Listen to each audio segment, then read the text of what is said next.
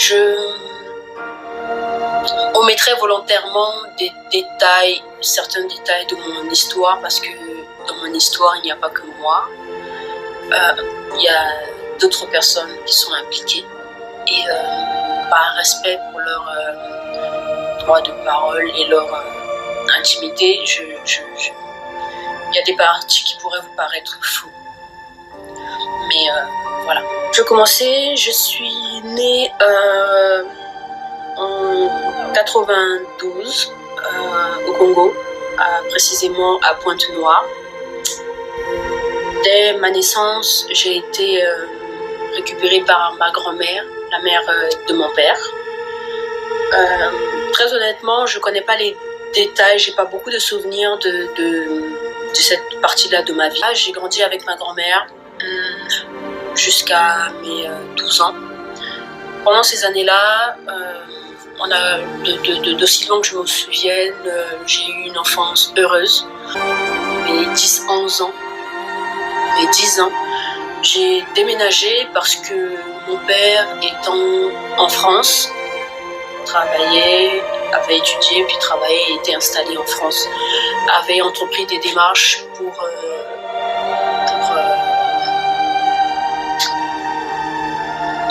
ma sœur et moi, pour que nous puissions le rejoindre en France. J'ai eu ma nationalité française et donc je suis arrivée en France, j'avais 12 ans. Donc j'arrive en France et c'est là que je rencontre mon père pour la première fois. J'arrive, j'étais heureuse. Enfin, j'étais timide parce que c'est quelqu'un que je connaissais pas non plus. Je l'avais jamais vu jusqu'à ce jour-là.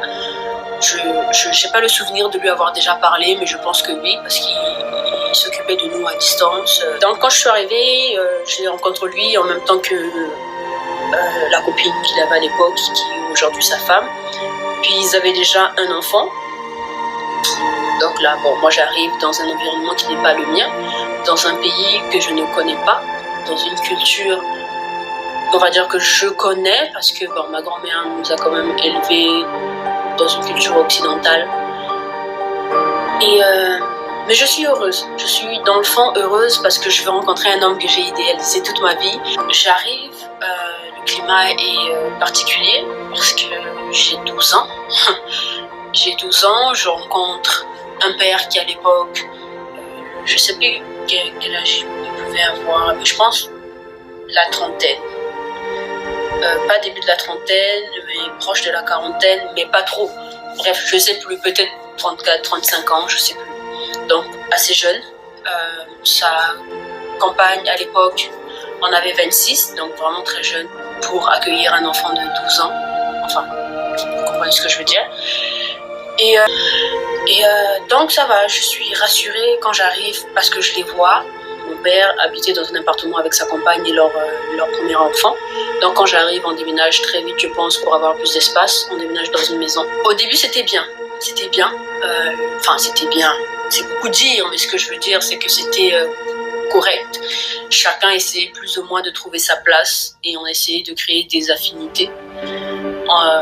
Puis la compagne de mon père faisait des efforts, je pense, pour que je me sente bien. Puis moi aussi, je faisais des efforts quelque part parce que je voulais pas qu'elle ait l'impression que je vais avec cette mentalité que tu n'es pas ma mère, parce qu'en réalité, de mère, je n'en avais pas.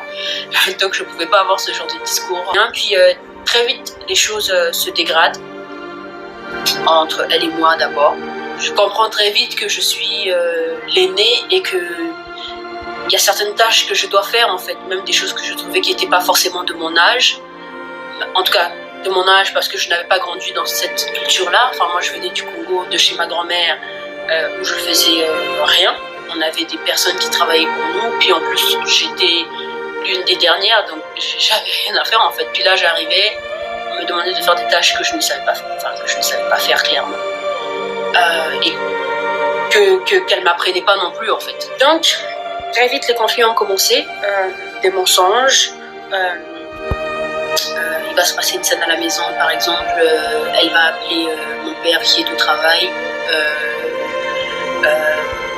dire que je lui ai manqué de respect, ou j'ai fait ci, ou j'ai fait ça, ou qu'elle m'a demandé de faire quelque chose que je n'ai pas fait. Et voilà, elle m'a racheté des tonnes et des tonnes. Et mon père va quitter le travail parce que sa femme l'a appelé. Il va quitter comme ça rapidement le travail pour rentrer et puis me battre sans vraiment savoir si c'est vrai ou pas ce qu'elle raconte en fait. Donc il demande déjà même ma version. C'est dans ce climat que j'ai passé mon adolescence, on va dire.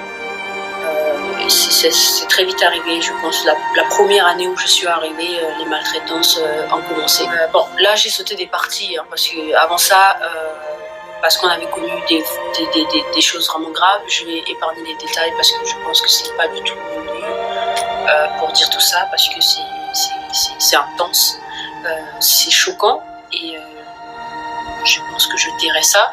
Mais j'ai vécu des maltraitances beaucoup